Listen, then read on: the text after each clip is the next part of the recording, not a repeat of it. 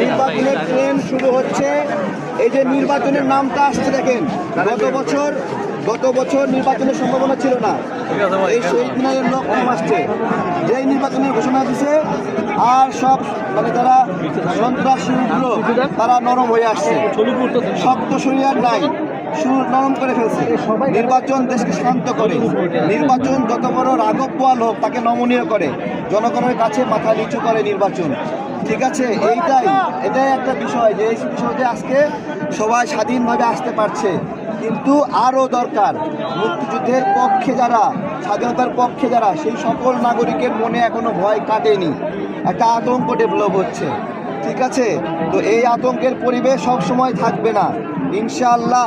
যতদিন আমাদের এই পতাকা আছে, এই পতাকা যতদিন আছে ততদিন মুক্তিযুদ্ধের কথা চলবে, বিজয়ের কথা চলবে, স্বাধীনতার কথা চলবে।